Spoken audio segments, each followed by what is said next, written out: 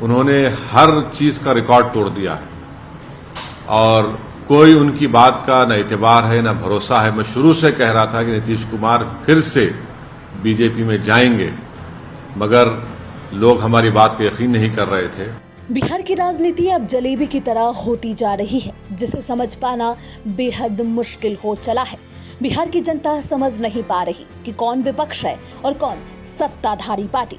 कभी दुश्मन दोस्त बन रहे हैं तो कभी दोस्त दुश्मन। जी हाँ, कुछ ऐसा ही हुआ पिछले दिनों जब बिहार की सियासत फिर घूमी और बिहार की राजनीति का नजारा बदल गया। जो विपक्ष कहलाता था वो सत्ता में जा बैठा और जो सत्ता में थे वो विपक्ष की कुर्सी पर विराजमान हो गए।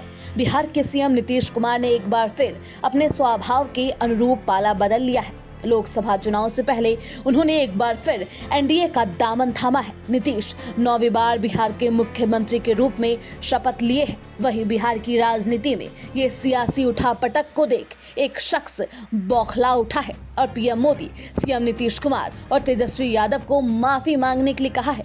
जी हाँ, ओवैसी ने कहा है कि नीतीश कुमार हर बार हर चीज का रिकॉर्ड तोड़ते हैं।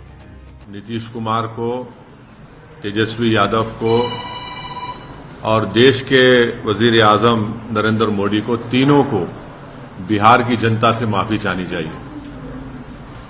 और तीनों पार्टीज ने मिलकर बिहार की जनता को जो बातें की हैं और जो वादे किए थे और अपनी पॉलिटिकल आइडियोलॉजी की बात की थी, उन सब तीनों ने मिलकर बिहार की जनता को एक बहुत बड़ा धोखा दिया है।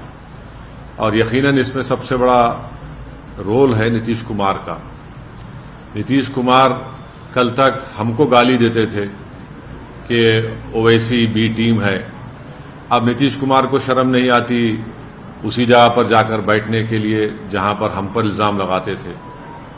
और नीतीश कुमार ने पॉलिटिकल अपॉर्चुनिज्म कहना तो अंडरस्टेटमेंट होगा, उन्होंने हर चीज का रिकॉर्ड तोड़ दिया है और कोई उनकी बात का न एतबार है न भरोसा है। मैं शुरू से कह रहा था कि नीतीश कुमार फिर से बीजेपी में जाएंगे, मगर लोग हमारी बात को यकीन नहीं कर रहे थे। वहीं ओवैसी यही नहीं रुके और उन्होंने तेजस्वी यादव को उनकी गलती अच्छे से याद दिलाई और पूछा कि अब उन्हें कैसा लग रहा है। तेजस्वी यादव से पूछना चाह रहे हैं कि बताओ कैसा लग रहा है आपको। अभी आपने हमारे 4 एमएलएस को तोड़ा था, अब आपको कुछ दर्द हो रहा है सीने में, तकलीफ हो रही है आपको अपने भेजे में। अब आपको मालूम हो रहा है कि जो खेल आप हमसे खेले थे वही खेल आपसे हो गया। और तेजस्वी यादव और उनकी पार्टी धोखा दी है। 2 मर्तबा नीतीश कुमार को उन्होंने मुख्यमंत्री बनाया। बताइए अब क्या हासिल हुआ आपने? बीजेपी को आपने सत्ता दे दी। नीतीश कुमार तो सिर्फ अभी तो नाम के मुख्यमंत्री रहेंगे, हुकूमत चलेगी बिहार में आरएसएस के नरेंद्र मोदी की।